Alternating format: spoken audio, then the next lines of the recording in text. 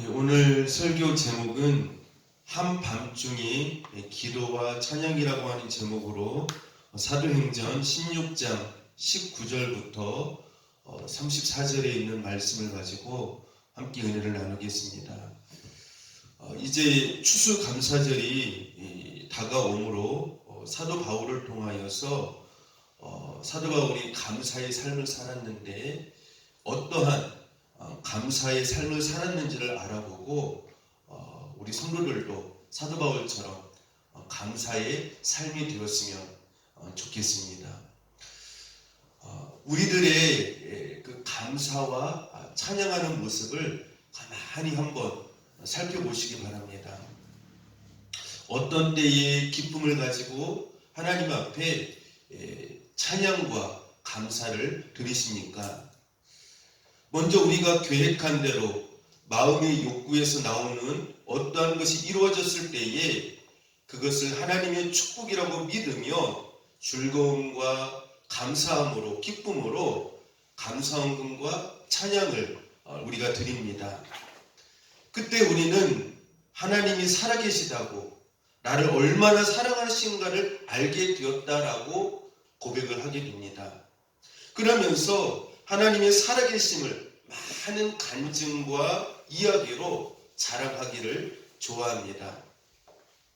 물론 잘 되었을 때 하나님을 찬송하고 경배하고 감사하는 것은 대단히 중요한 일이며 성도로서 마땅히 행해야 할 도리입니다.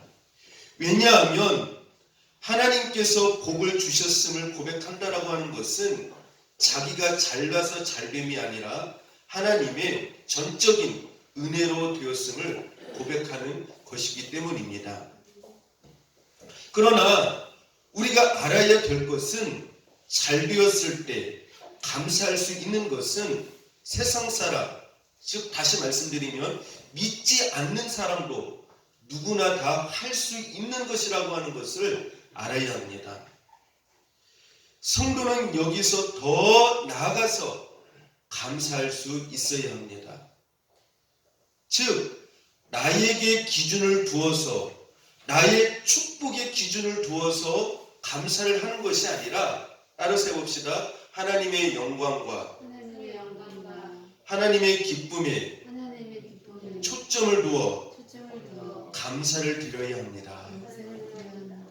이것이 진정한 의미의 감사라고 말씀을 드릴 수가 있습니다. 이것이 하나님 앞에 드리는 진정한 찬양이라고 말씀을 드릴 수가 있습니다. 성경은 말씀합니다. 너희가 물질적으로 세상적으로 잘 되어서 하나님 앞에 감사를 드리고 헌신하고 영광과 찬송을 드리는 것도 하나님께서 기뻐히 받으시지만 그러나 그보다 더 중요한 것은 너희들이 온전히 말씀에 죽어져서 때로는 실패와 좌절 가운데서도 하나님의 약속의 말씀을 신실하게 의지하면서 감사할 수 있느냐라고 하는 것입니다. 따라서 합시다. 그리 아니하실지라도 감사할 수 있느냐? 하나님은 오늘 우리 성도들에게 묻고 계세요. 그리 아니하실지라도 너희들이 하나님 앞에 감사할 수 있느냐? 우리는 감사가 여기까지 나가야 돼요. 우리가 감사할 수 있는 것은, 즉 성도가 감사할 수 있는 것은 세상 것 때문에, 많이 가진 것 때문에 이것이 기준이 되어서 감사하지 않습니다. 하나님의 사랑이, 하나님의 십자가의 사랑이 나를 덮고 있기 때문에, 하나님의 은혜가 나를 덮고 있기 때문에 감사와 찬양이 마음속 깊은 내면에서 흘러나오게 되어진다라고 하는 것입니다.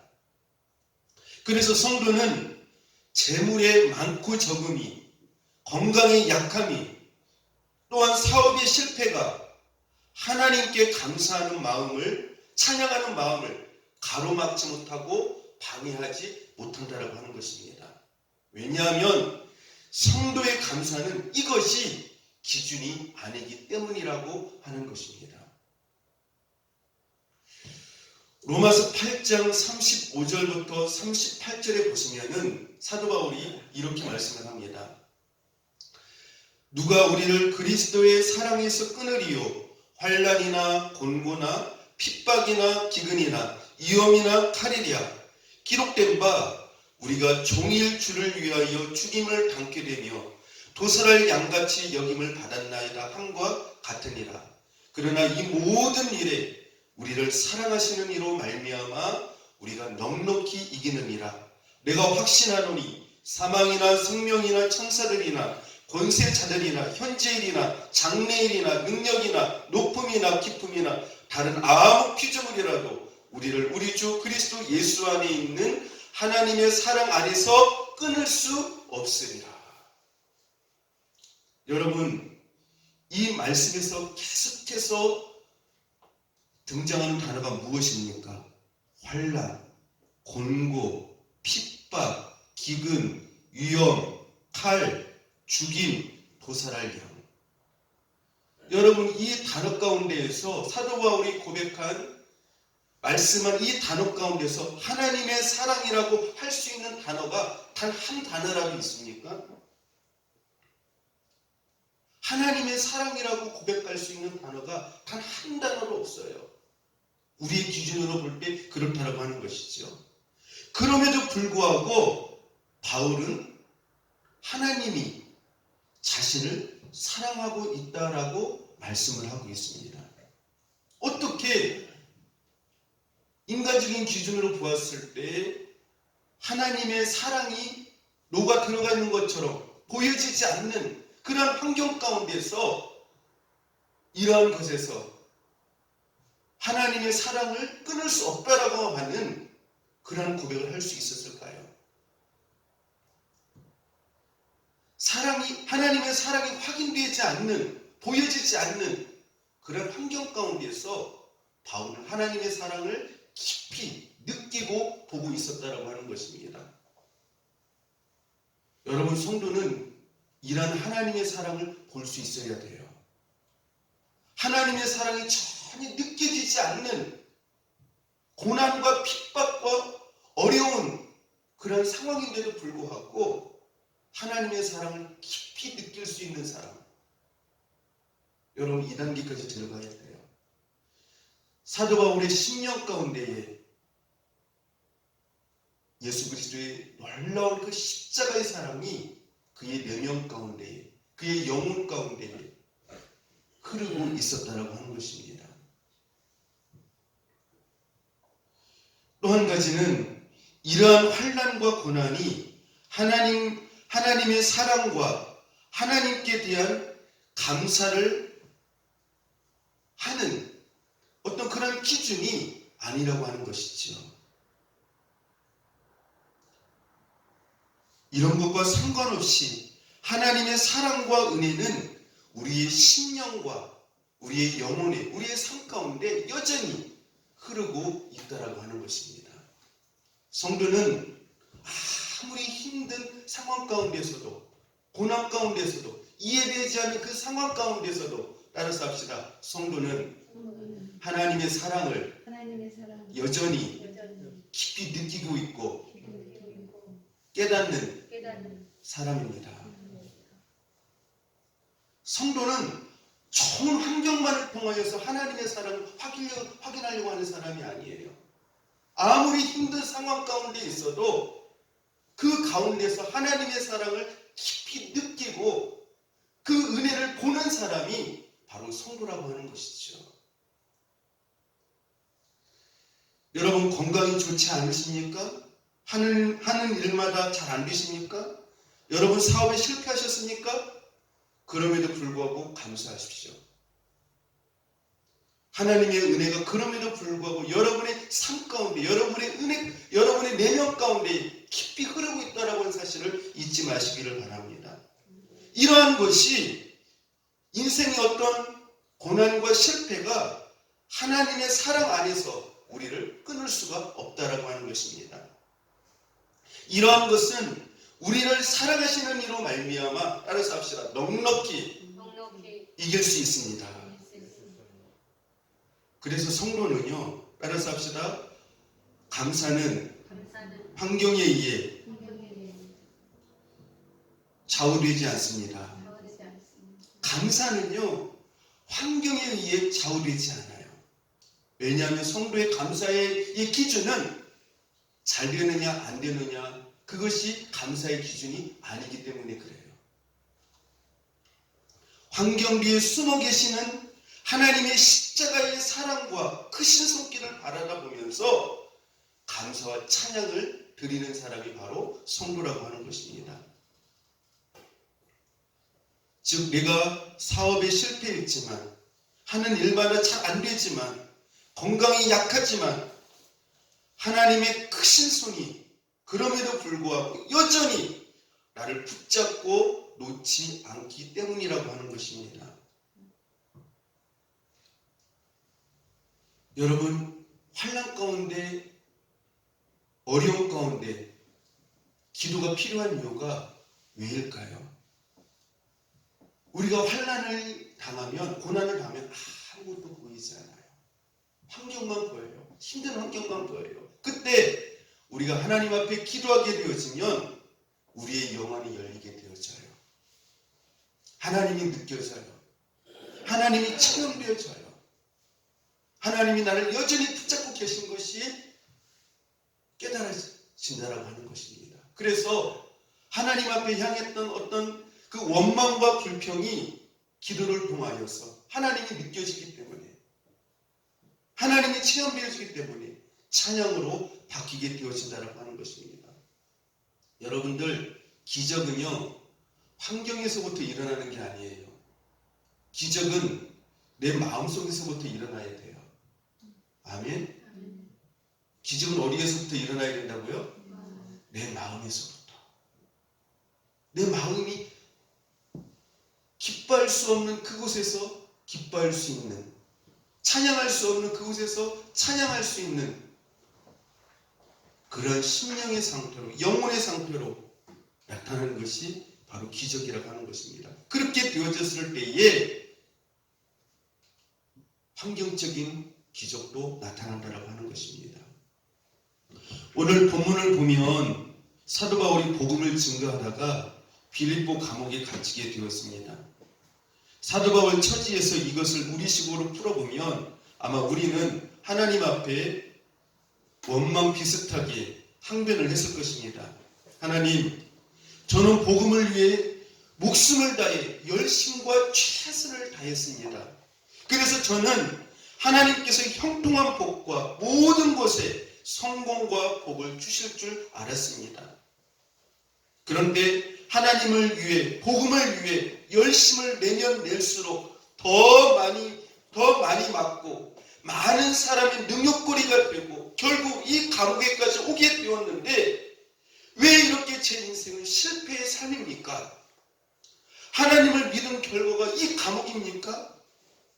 어떻게 제 인생을 이렇게 가장 밑바닥까지 저를 낮추실 수가 있습니까? 하나님, 나를 사랑하십니까? 하나님, 나를 진정으로 기뻐하십니까? 하나님이 진정으로 계십니까? 하나님이 저와 함께 계시다면 왜 나에게 이런 일이 일어나는 것입니까? 하면서 하나님 앞에 원망하고 불평하고 시험에 들고 더 나아가서는 이런 하나님을 믿을 수가 없습니다. 라고 하면서 어떻게 해요? 신앙의 자리에서 떠나는 경우도 있다라고 하는 것입니다. 어떻게 보면 많은 신앙인들의 고백이 이런 고백이 아닌가 싶어요. 그런데 바울은 이러한 말들은 하나도 없고요. 본문 25절 같이 한번 읽어봅시다. 본문 25절이요. 같이 시작. 한밤중에 바울과 실라가 기도하고 하나님을 찬송하니 죄수들이 듣더라. 이렇게 말씀을 하고 있어요. 여기에서 한밤중에라고 하는 이 말씀은 물론 실제의 밤을 의미하지만 영적으로 의미하는 밤이죠. 어떤 밤일까요? 영적인 의미에서의 밤은요. 따라서 합시다. 환난과 시련과 고통의 밤을 비방을 의미합니다. 의미합니다. 여기에서 말하는 밤은 바로 환난과 시련과 고통의 밤을 의미한다라고 하는 것입니다. 바울은 이러한 환경 가운데서 기도하고 찬양할 수 있었던 비밀은 무엇일까요? 바울이 찬양했다고 말씀하는데 이 찬양은 감사를 의미합니다. 기쁨이 충만함을 의미해요. 무엇이 그로 하여금 감사가 충만하고 기쁨이 충만하게 있게 하였을까요? 또한 그가 기도했다고 하는데 무엇을 기도하였을까요? 먼저 바울은 감옥에서 자신의 처지보다도 하나님의 주권 안에서 하나님의 뜻을 구하기 위해 기도했을 것입니다. 자기의 생각과 마음을 가지고 그 상황을 판단하지 아니했어요. 생각하지 아니했다라고 하는 것이죠. 하나님 앞에 어떻게 합니까? 물었을 것입니다. 하나님께서 왜 나를 이곳에 보내셨을까? 조용히 기다리면서 하나님 앞에 기도하였을 것입니다. 그리고 그 기도 가운데서 성령께서 주시는 마음과 깨달음이 있었을 것입니다. 즉 하나님께서 사도 바울을 그 감옥 안으로 보내셔서 감옥 안에 갇혀있는 영혼들을 위해 또한 옥을 지키는 간수들을 주께로 인도하기 위한 계획이 있었음을 사도 바울은 깨닫게 되어집니다. 우리는 이것을 빌립보서 옥중 서신을 통해서 구체적으로 깨달을 수가 있습니다. 우리 한번 찾아보겠습니다. 빌립보서 1장 12절입니다. 12절 13절. 빌립보서 1장 12절 13절 말씀.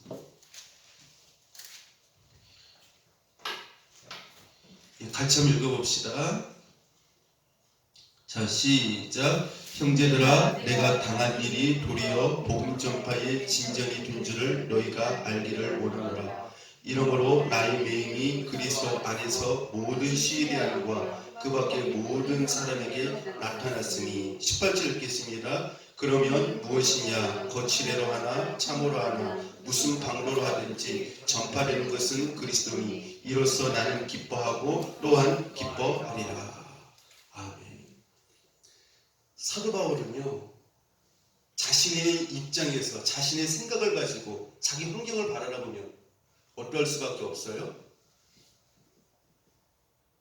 원망하고 불평할 수밖에 없고, 내가 하나님 앞에 이렇게 최선을 다해서 복음을 전했는데 왜 나를 이렇게 고통스러운 자리에 인도하시는 걸까? 라고 하면 시험에 들 수밖에 없는 환경이에요. 근데 자기의 시각으로 그 상황과 환경을 보지 아니했어요. 하나님 앞에 기도하면서 어떻게 했습니까? 하나님께서 이곳에 나를 보내신 이유가 무엇인가? 또 이런 환경이 이렇게 힘든 옥에서에 있는 그런 고통의 환경이 왜 나에게 있는 건가? 가만히 묵상하면서 하나님의 뜻을 구했는데 그 깨달은 말씀을, 성령님이 주시는 그 감동의 말씀을 빌립보서 1장 12절 13절에 말씀을 하고 있다라고 하는 것이죠. 여러분들 기뻐할 수 없는 환경 가운데서 기뻐한 사람이 누구였습니까? 사도 바울이었어요. 자기가 옥의 매임에는 초점을 두지 않고 자기의 매임을 통하여서 오히려 복음 전파의 친전이 바울을 기쁘게 했다라고 말씀을 하고 있습니다. 그래서 18절에 보면은 무슨 방도로 하든지 전파되는 것은 그리스도니 나는 기뻐하고 또한 기뻐하리라. 사도 바울은 그 어려운 역경과 환경에서 하나님의 뜻을 발견했습니다.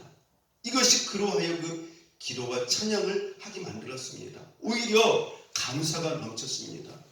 그 옥에서 찬양이 흘러나오게 만들었다라고 하는 것입니다.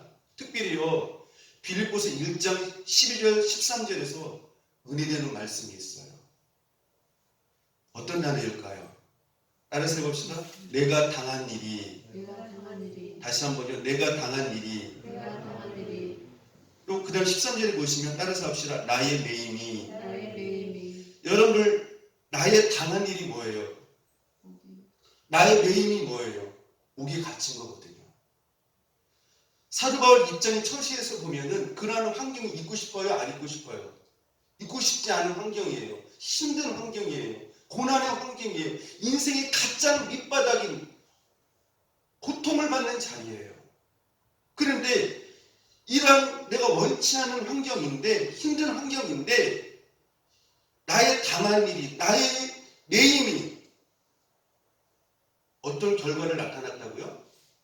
복음 전파의 진전이 복음 전파의 친전이 이것을 통해서 나타났다는 거예요. 하나님의 뜻이 하나님의 복음이 감옥에 있는 사람들한테 이 간수에게 증거됨으로 말미암아 하나님이 기뻐하실 것을 바라다 보니까 그것이 자기의 기쁨이 되었다고 하는 것이에요. 여러분 성도는 자기의 뜻과 방향과 기준에 기쁨을 부는 사람들이 아니에요. 때로는 자기가 원치 않는 당하는 자리에 있고 매이는 자리에 있다 할지라도 있고 싶지 않은 힘든 고난과 고통의 자리에 있다 할지라도 그곳에서 하나님의 복음 전파의 뜻이 이루어지면 하나님의 기뻐하시는 일이 이루어지면 그것으로 인하여서 하나님이 기뻐하시는 그 기쁨을 따라서 기뻐하는 성도가 바로 성도라고 하는 것이죠. 자기는 비록 세상적으로 힘들지만 어렵지만 잘 안 되지만 고통스러운 자리에 있지만 하나님의 복음 전파의 뜻이 이루어지는 것을 보면서 하나님의 뜻이 이루어지는 것을 보면서 기뻐하는 사람이라고 하는 것이죠. 그래서 사도 바울은 무슨 방도로 하든지 전파되는 것은 그리스도니 나는 기뻐하고 또한 기뻐하리라. 여러분 옥에서 가장 기뻐할 수 없는데요. 기뻐하고 계속해서 반복적으로 그의 기쁨이 충만한 것을 말씀해 주고 있어요. 여러분, 여러분의 뜻과 기준에 따라서 기뻐하지 않기를 바랍니다. 하나님의 목적과 하나님의 뜻에 따라서 하나님이 기뻐하시는 것을 따라서 여러분을 기뻐할 수 있는 저와 여러분이 될 수 있기를 바랍니다. 내가 지금 힘든 자리에 있지만 고난의 자리에 있지만 그것을 통해서 복음 전파의 진전이 이루어지고 하나님이 기뻐하신 뜻이 이루어지고 있는 상황이 있다고 한다면 사도 바울처럼 기뻐하고 또한 기뻐할 수 있는 저와 여러분이 될 수 있기를 축복합니다. 여러분들 힘든 가운데 있습니까? 바울처럼 인생이 어떻게 보면 가장 암울한 그런 인생의 고통스러운 자리에 있습니까?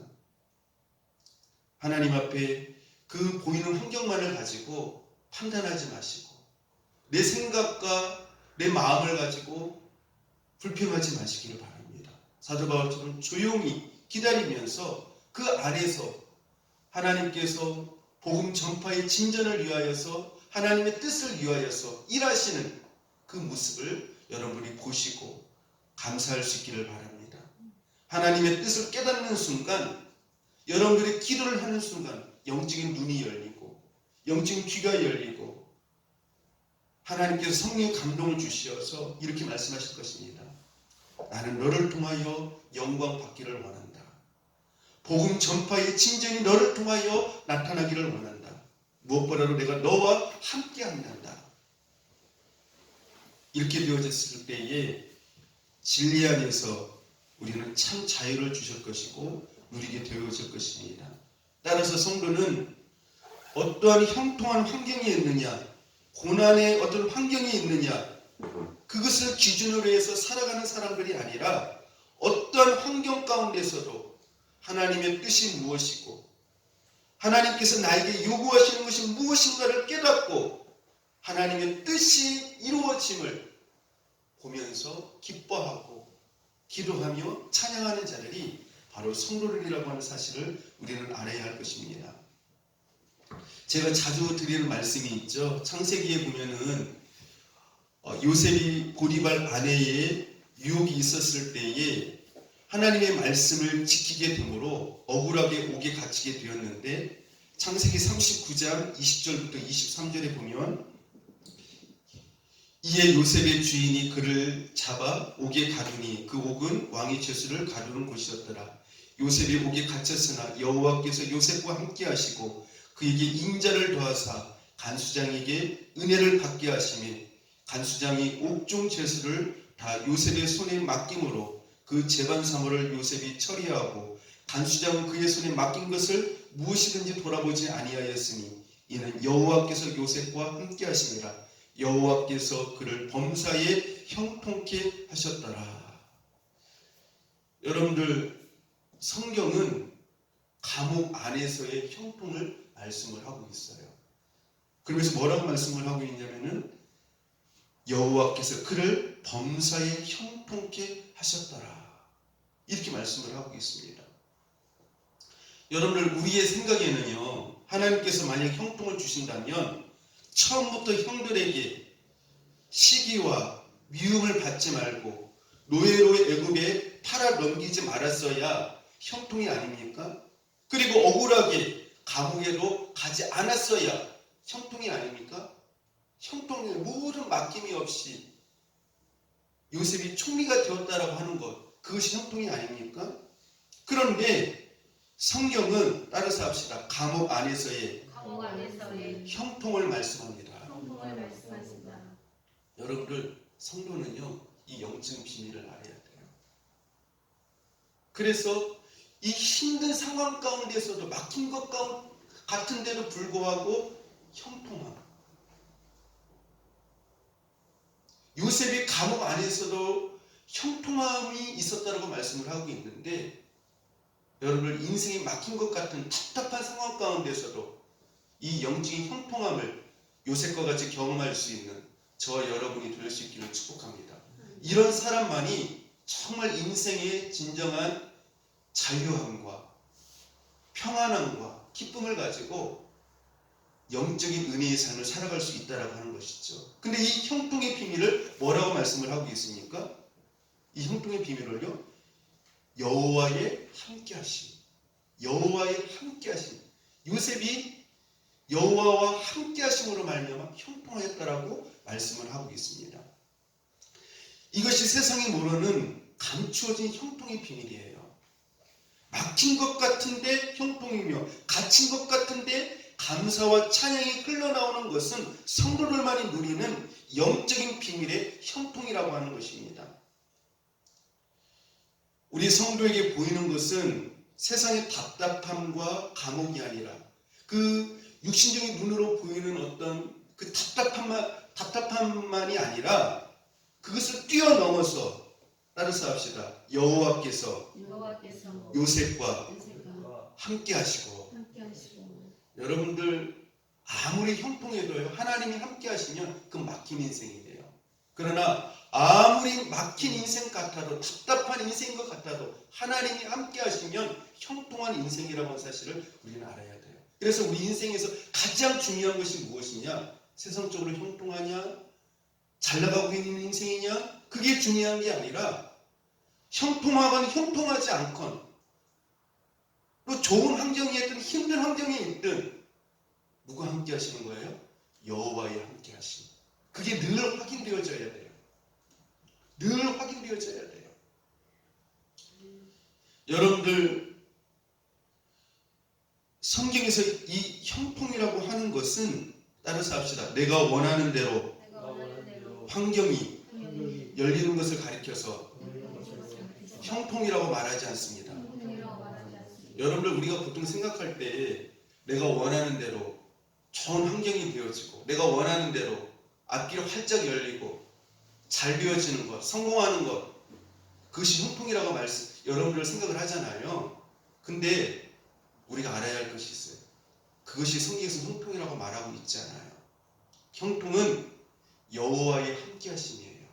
그리고 막힌 것 같은데도 불구하고 인생의 가장 밑바닥에 있는 것 같은데도 불구하고 인생이 끝났다라고 생각되어진 그런 상황 가운데서도 어떻게 하나님의 뜻은 그런 환경에 막히지 아니하고 하나님의 뜻은 계속해서 어떻게 하고 있다는 거예요? 진행되어져 가고 있다는 거예요. 그게 바로 형통인 것이에요. 여러분들 아무리 답답하고 힘들고 안 되는 것 같아도 하나님의 뜻이 나를 통해서 이루어져 가고 있다라고 본다면 그게 바로 형통이에요.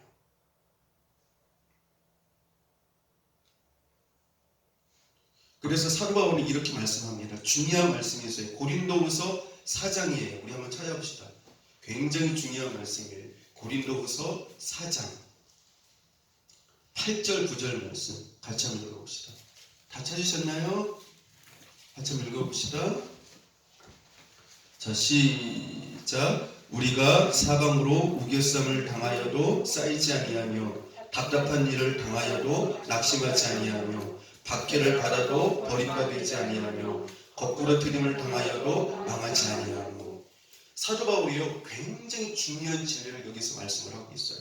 우리가 사방으로 우겨쌈을 당하여도 어떻게 하지 아니하고요? 쌓이지 아니하며 답답한 일을 당하여도 어떻게 하지 아니하며 낙심하지 아니하며 박해를 받아도 버림받지 아니하며 거꾸로 트림을 당하여도 어떻게 한다고요? 망하지 아니한다.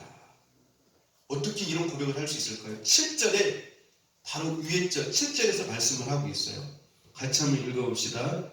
7절에 시작. 우리가 이 보배릇을 질그릇에 가졌으니 이는 신의 큰 능력은 하나님께 있고 우리에게 있지 아니함을 알게 하려 함이라. 이 보배를 여기서 말하는 이 보배가 누구를 말합니까? 예수 그리스도를 말하는 것이에요. 예수 그리스도. 질그릇은 무엇을 말하니까? 우리의 육신의 몸을 말하는 것이에요. 예수 그리스도를 우리 몸에 모시고 있기 때문에 우리가 사방 우겨쌈을 당하여도 쌓이지 아니하고 답답한 일을 당하여도 낙심하지 않는 거예요. 우리 안에 누가 계시기 때문에요? 보배이신 예수님을 우리가 모시고 있기 때문에요. 그렇기 때문에 답답해하지 않아요. 답답해하지 않아요. 낙심하지 아니한다라고 말씀을 하고 있어요. 여러분 이러한 영적인 능력의 삶을 살아갈 수 있는 저 여러분들이 될 수 있기를 바랍니다. 늘 환경에 물려가지고 그것 때문에 힘들어하고 그것에 의하여서 고통스러워하고 안 돼요. 아직 영적인 눈이 열린 사람이 아니에요. 여러분들도 사도 바울이 아주 능력 있는 고백을 또 한 군데 한 데가 있어요. 고린도후서 6장 한번 보십시다. 고린도후서 6장 9절 10절이에요. 같이 한번 읽어봅시다. 6장 9절 10절에 시작. 무명한 자 같으나 유명한 자여 죽은 자 같으나 보라 우리가 살고 징계를 받는 자 같으나 죽임을 당하지 아니하고 근심하는 자 같으나 항상 기뻐하고 가난한 자 같으나 많은 사람을 부유하게 하고 아무것도 없는 자 같으나 모든 것을 가진 자로다. 아멘. 이러기 때문에 우리가 어떤 거예요?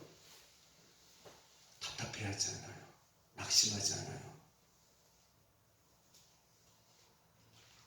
여러분들 사도 바울과 같은 이런 능력 있는 은혜의 삶이 될 수 있기를 축복합니다.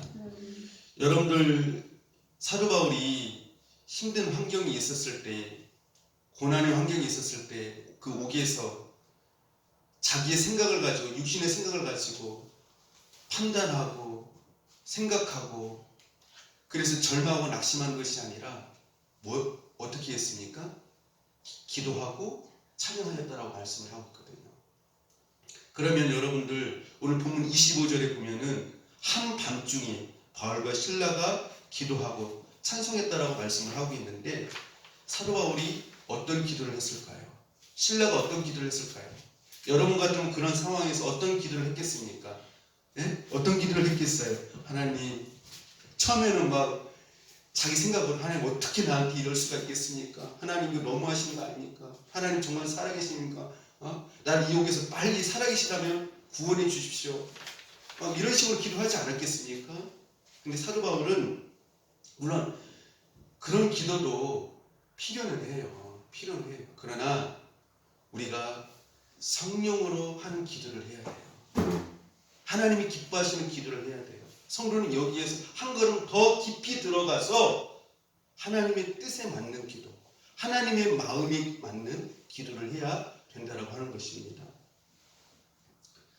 사도 바울은 아마도 이렇게 기도했을 것 같습니다. 그 오기에서요. 하나님, 죄수들을 보면서요. 간수들을 보면서 이렇게 기도했을 것입니다. 하나님, 저 죄수들이 불쌍합니다. 저들을 하나님께로 인도하옵소서.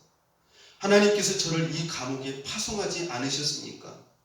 하나님이여, 멸망해가는 저들을 불쌍히 여기셔서 저들을 구원하시고 변화시켜 주옵소서.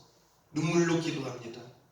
그리고 이러한 불쌍한 영혼들을 위해 하나님께서 택하신 영혼들을 위해 부족한 저를 이곳에 보내신 하나님께 감사를 드립니다. 찬양을 드립니다. 아마 이러한 기도는 하나님을 무척 기쁘게 하였을 것입니다. 이러한 기도에 하나님께서는 바울과 실라의 기도를 들으시고 바울과 실라에게 무엇을 부어주시겠습니까? 성령의 충만함을 부어주셨을 것입니다. 그리고 성령의 충만히 임하게 되어졌을 때에 이들에게 무엇이 넘쳤겠어요? 기쁨과 감사가 충만히 흘러넘쳤던 것이죠. 그 결과가 무엇으로 나타나는 것입니까? 찬양으로 나타나는 것입니다. 여러분들도 25절 하반절에 보시면은 따라서 합시다. 죄수들이 듣더라. 죄수들이 듣더라. 그 옥에 있는 죄수들이 듣더라라고 말씀을 하고 있어요. 이 말씀은 큰 의미를 줍니다. 죄수들은 바울과 실라를 보면서 생각하였을 것입니다. 무엇이 저렇게 좋아서 억울하게 옥에 있으면서도 저렇게 찬양과 기도를 하는 것일까? 무엇이 저들로 하여금 저렇게 찬양을 하게 하며 기쁘도록 하게 하는 것일까? 저들의 삶의 비밀이 무엇일까? 옥에 갇혀있는 죄수들은 바울과 실라를 보며 깜짝 놀랄 수밖에 없었다라고 하는 것입니다. 그들의 마음의 문에 영적인 지진이 일어났던 것입니다. 이때 26절에 보면 이에 호련히 큰 지진이 나서 옥토가 움직이고 문이 곧 다 열리며 모든 사람의 매인 것이 다 벗어진지라. 여러분의 모든 환경이 바울이 감옥에 있는 것처럼 희망도 소망도 없는 절망의 위치에 있습니까? 그러한 하나님을 찬양하십시오. 감사하십시오. 기도하십시오. 왜냐하면 그럼에도 불구하고 하나님은 따라서 합시다. 나를 사랑하시기 때문입니다. 여기에는 하나님의 뜻이 있기 때문입니다. 하나님의 크신 손이 여러분을 놓지 않고 계시기 때문입니다. 이렇게 될 때에 하나님께서 여러분의 환경에 감옥이 움직이고 지진이 일어날 것입니다. 시온의 들어와 같이 홍해와 같이 문이 다 열려지는 역사가 일어날 것입니다. 즉 하나님의 영광이 감사를 통하여 찬양과 감사를 통하여 일어날 것입니다. 우리가 이것을 통해 깊이 깨닫게 되는 것이 있습니다. 첫 번째로 고난 가운데서 찬양과 기도와 감사는 따라서 합시다. 나를 하나님의 사람으로 만들며 변화시킵니다. 어떻게 보면은요, 우리는 보이는 환경의 문제보다 믿음의 사람, 하나님의 사람이 되지 못하는 것이 더 큰 문제예요. 보이는 환경의 문제보다 믿음의 사람, 하나님의 사람이 되지 못하는 것이 더 큰 문제의 심각성이라고 하는 것입니다. 왜냐하면 세상은 이미 주님께서 이기셨다고 말씀을 하셨기 때문입니다. 그래서 세상은 이긴 싸움인 것입니다. 여러분들 힘든 가운데서도 어려운 가운데서도 찬양한다라고 하는 것은 감사한다라고 하는 것은 내가 하나님의 사람이라고 하는 뜻이죠. 두 번째로 고난 가운데서 찬양과 기도와 감사는 세상과 믿지 않는 사람 앞에서 하나님의 영광을 드러나게 하고 하나님께서 능력으로 역사하는 기회라고 하는 것입니다. 우리가 어려움을 당하게 되는 경우는 어쩌면 우리의 약함을 통하여서 하나님의 전능하심과 살아계심, 영광을 드러내기 위해서라고 하는 것입니다. 세 번째로 고난 가운데서 찬양과 기도와 감사를 한다라고 하는 것은 따라서 합시다. 나의 힘으로 나의 힘으로 되지 않습니다. 되지 않습니다. 여러분들 고난 가운데서 인생에 꽉 막힌 답답한 가운데서 감사할 수 있는 것이 내 힘으로 돼요? 안 되잖아요. 여러분들 출애굽에 있었던 그 이스라엘 백성들이 얼마나 원망을 많이 했어요. 여러분들 어려운 가운데서 감사한다라고 하는 것은 하나님께서 나를 붙잡고 계시기 때문에 그래요. 그래서 내가 감사한다, 찬양한다라고 하는 것은 하나님께서 나를 어떻게 하고 계시구나? 붙잡고 계시구나. 나를 붙잡고 계시구나. 이것을 알고 우리가 더 깊은 감사를 하게 되어진다라고 하는 것입니다. 이때에 27절 보시면은 간수가 자다가 깨어 옥문들이 열린 것을 보고 죄수들이 도망하는 줄 생각하고 검을 빼어 자결하려 하거늘. 죄수들이 도망가면 그 책임자 간수는 죽기 때문입니다. 28절에 보시면은요, 바울이 크게 소리질러 이르되 내 몸을 상하지 말라. 우리가 다 여기 있노라 하니. 30절에 보시면 그들을 데리고 나가 이르되 선생들이여 내가 어떻게 하여야 구원을 받으리까 하거늘. 여러분이 30절에 내가 어떻게 하여야 구원을 얻으리까 하거늘 이라고 하는 이 말씀의 의미는 어떤 의미일까요? 이걸 제가 좀 풀어서 쉽게 여러분들한테 말씀을 드리겠습니다. 당신들의 삶의 비밀이 도대체 무엇이길래 그토록 감옥에서 기뻐하며 찬양을 하십니까? 그 기쁨과 찬양의 비밀을 나에게도 알려주십시오 라는 말과 같은 말이에요. 다시 말해 이 간수의 마음 깊은 곳에 영적인 큰 지진이 일어났다라고 말씀을 드릴 수가 있습니다. 사도 바울은 말씀을 하길 31절에 이렇게 답을 하죠. 따라서 합시다. 이르되 주 예수를 믿으라. 그리하면 너와 네 집이 구원을 받으리라 하고.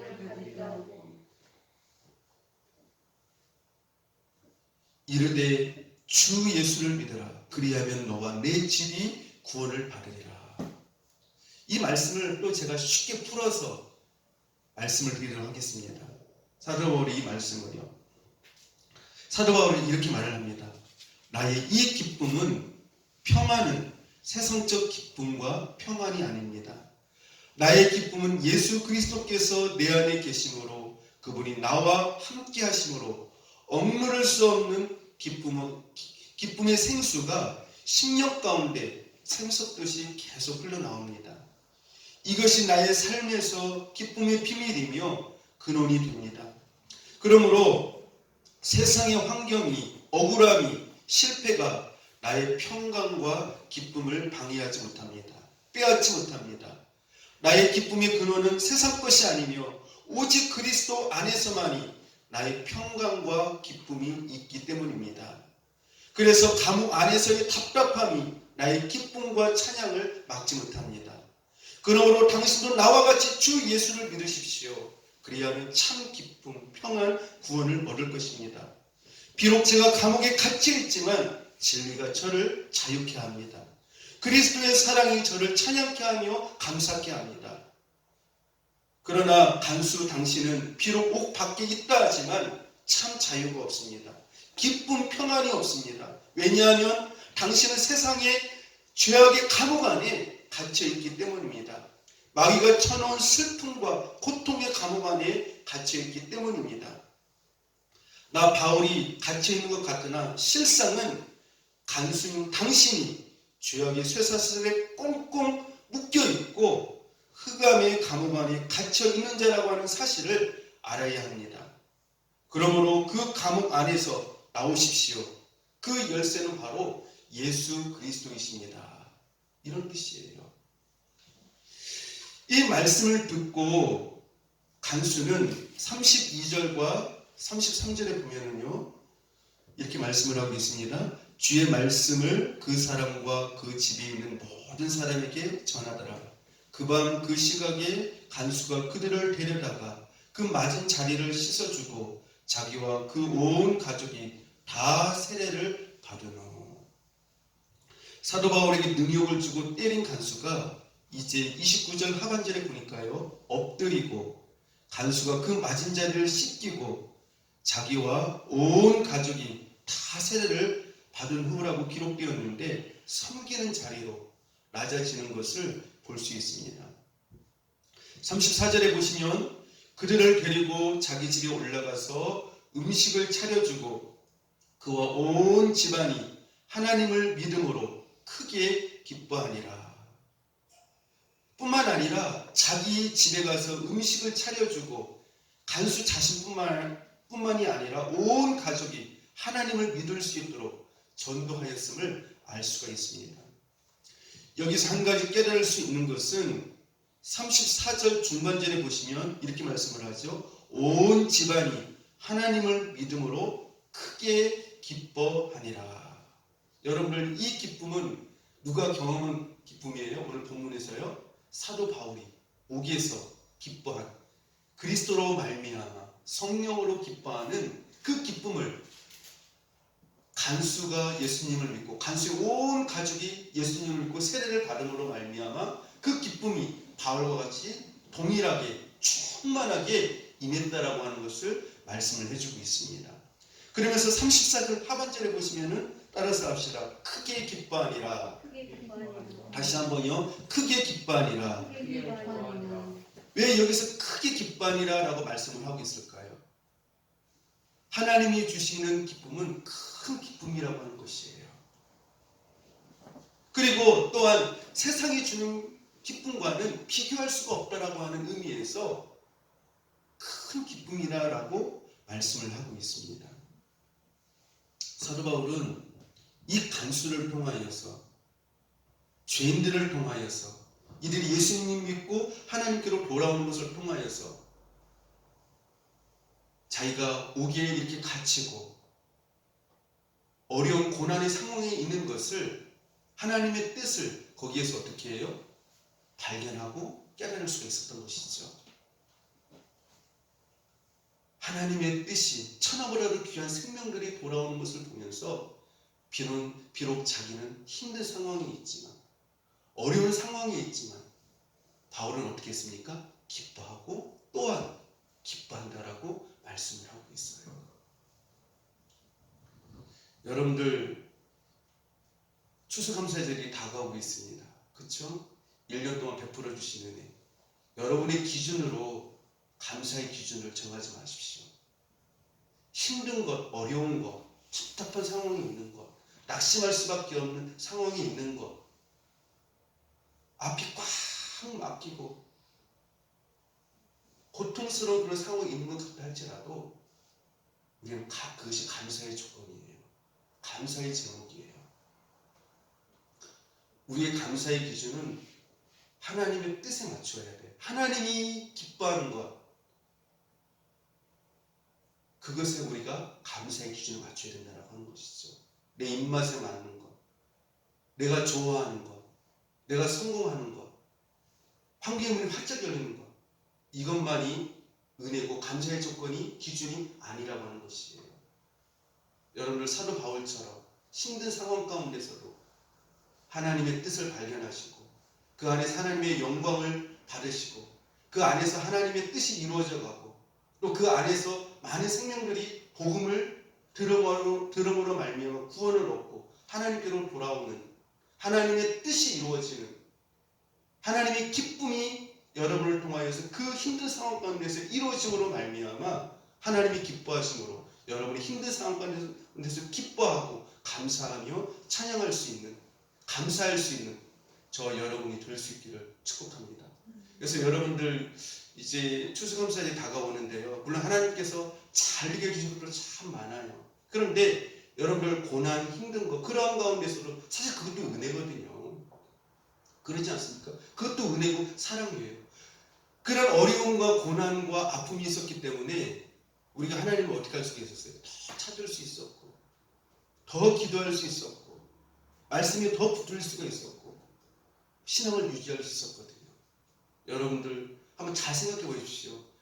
나는 마음 힘들었지만 어려웠지만 그 가운데서 그 하나님의 일하는 뜻이 있었구나. 하나님의 선하신 계획이 이곳에 있었구나 하면서 여러분들 기도하시면서 찬양하시면서 이 추수감사절을 하나님 앞에 기쁨으로 드릴 수 있는 저와 여러분이 될 수 있기를 바랍니다. 성도는요, 따라서 합시다. 영적인 영적인 비밀을 가진 자입니다. 비밀을 가진 자입니다. 성도는요, 세상 사람들 볼 때 많은 비밀을 가진 자예요. 기뻐할 수 있는, 감사할 수 있는 많은 비밀을 가진 자들이에요. 여러분들 그 비밀을 여러분들이 가지시고, 그래서 세상 사람들이 궁금해하는 그런 영적인 삶을 살아갈 수 있는 저 여러분이 될 수 있기를 주님의 이름으로 축복합니다. 기도하겠습니다. 하나님 아버지, 은혜와 사랑을 감사합니다. 저희가 인생을 살면서 이해할 수 없는 상황, 때로는 고난이 가득한 답답한 상황일 때도 있고, 흑암이 가득한 고난의 밤을 살아갈 때도 종종 있습니다. 그때마다 우리의 생각과 우리의 가치관을 가지고, 우리의 기준을 가지고 하나님을 판단하지 않게 해주시고 원망하지 않게 하여 주시고, 바울과 실라처럼 하나님 앞에 기도하며 감사하며 주님 앞에 영광 돌릴 수 있는 믿음의 성도를 되어지게 하여 주시고, 그 안에서 하나님의 뜻이 무엇인가를 발견함으로 그 하나님의 뜻이 이루어질 그 선한 계획들을 바라다 보며 하나님이 여전히 나를 붙잡고 계신 그 은혜를 바라다 보며 감사하며 영광 돌릴 수 있는 귀한 예성교회 성도들이 되게 하여 주시옵소서. 예수님 이름으로 기도합니다. 아멘.